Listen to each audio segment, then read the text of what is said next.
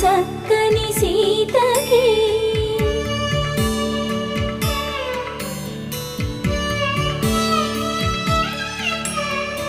ఎర్ర జాబిలి చేయి రాముడేడని అడుగుతుంటే